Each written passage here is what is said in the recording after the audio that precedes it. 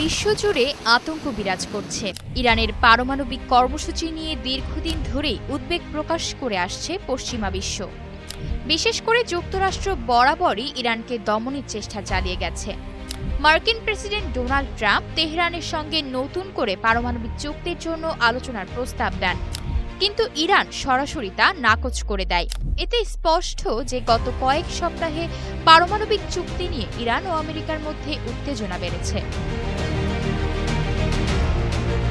তবে এবার তেহরানের দোরগোড়ায় মার্কিন বোমারু বিমান মোতায়েন এই উত্তেজনা আরও বাড়িয়ে দিয়েছে।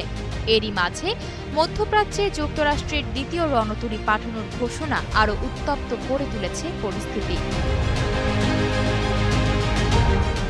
মধ্যপ্রাচ্যে আরও একটি বিমানবাহী রণতরী পাঠাচ্ছে যুক্তরাষ্ট্র। পেন্টাগনের মুখপাত্র শেন পার্নেল জানিয়েছে, নতুন করে মোতায়েন করতে যাওয়া রণতরীটির নাম কার্ল ভিনসন। ফলে মধ্যপ্রাচ্যে মার্কিন রণতরীর সংখ্যা বেড়ে দাঁড়িয়েছে 2-এ। আগে থেকে সেখানে হ্যারি এস ট্রুম্যান মোতায়েন ছিল।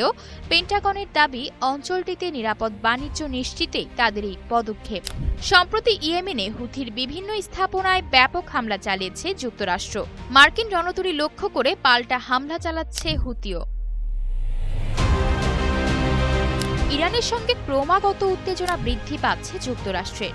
ডোনাল্ড ট্রাম্প তেহরানকে 2 মাসের সময় বেঁধে দিয়েছেন পারমাণবিক আলোচনায় বসার জন্য। অন্যথায় ইরানের স্থাপনাগুলোতে হামলার ইঙ্গিত দিয়েছেন। এরই ধারাবাহিকতায় ইরানের প্রক্সি হিসেবে পরিচিত ইয়েমেনের হুথিদের উপর বিমান হামলা বাড়িয়ে দেয় যুক্তরাষ্ট্র। এমন প্রেক্ষাপটে মধ্যপ্রাচ্যে আরেকটি বিমানবাহী রণতরী পাঠানোর ঘোষণা এলো।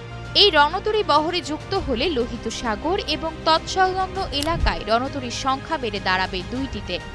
বাড়ানো হচ্ছে সামরিক বিমানের উপস্থিতিও, যা দিয়ে ইরানের পাশাপাশি অভিযান পরিচালনা করা হতে পারে ইয়েমেনেও। তবুও ওয়াশিংটনের সাথে সরাসরি আলোচনায় বসবে না তেহরান। ইরানের সর্বোচ্চ নেতা আয়াতুল্লাহ আলী খামেনির মতে, হামলার হুমকি নিছক ভয় দেখানো। যদি এমনটা হয়, ইরান অবশ্যই শক্তিশালী প্রতিক্রিয়া দেখাবে বলে পাল্টা হুঁশিয়ারি দিয়েছেন তিনি। আয়েশা অর্থী, নিউজ ডেস্ক, গ্লোবাল টেলিভিশন।